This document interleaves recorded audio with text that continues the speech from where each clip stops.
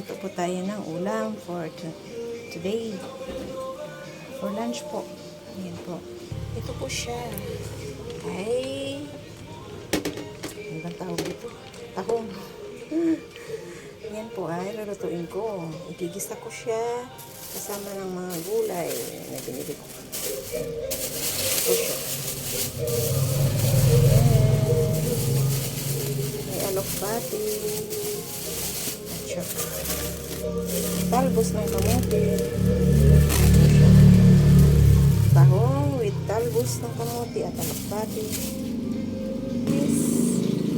Sibuyas at saka bawang.